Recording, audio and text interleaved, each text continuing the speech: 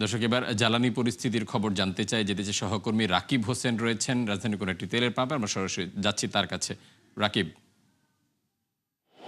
রাকিব, আজকের দিনে মন্ত্রী জানিয়েছেন যে এখনো পর্যন্ত পর্যাপ্ত মজুত রয়েছে প্রায় 13 দিনের।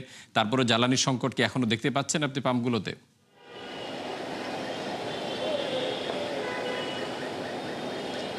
ফারুক, আমরা এই মুহূর্তে আছি রাজধানীর শাহবাগ এলাকায়।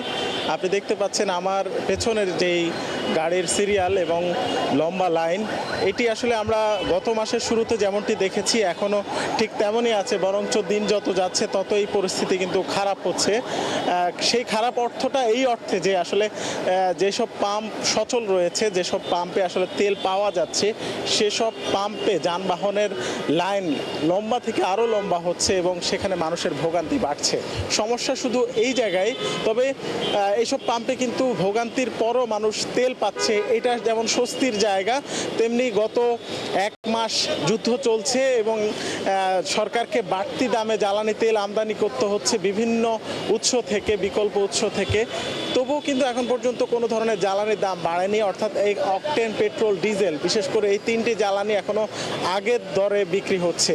এটা একটা স্বস্তির জায়গা।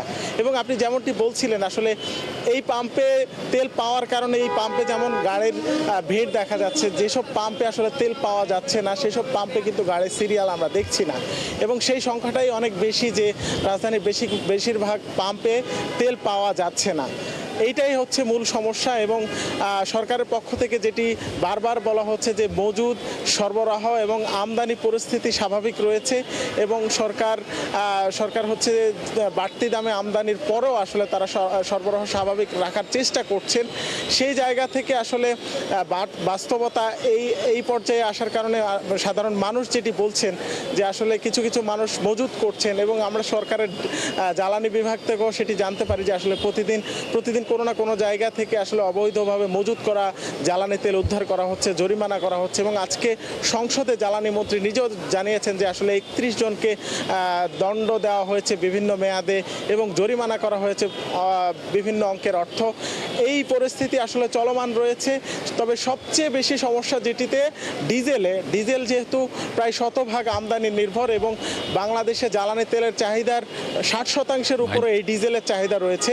তো সেই ডিজেল আসলে পাওয়া নিয়ে একটু সংকট রয়েছে, বিশেষ করে পণ্যবাহী যেসব মালবাহী যেসব গাড়ি আছে এবং যাত্রীবাহী যেসব দূরপাল্লার গণপরিবহন আছে, সেই পরিবহনগুলোতে আসলে বেশি সমস্যা মোকাবেলা করতে হচ্ছে তাদেরকে। বিশেষ করে তারা রাতে আসলে জ্বালানি তেল সংগ্রহ করে। তো এই সংকটের কারণে আসলে একটা সিন্ডিকেট যারা আসলে রাকিব, আপনাকে অসংখ্য ধন্যবাদ। দর্শক, আমরা রাজধানী শাহবাগ থেকে জ্বালানি পরিস্থিতি জানছিলাম।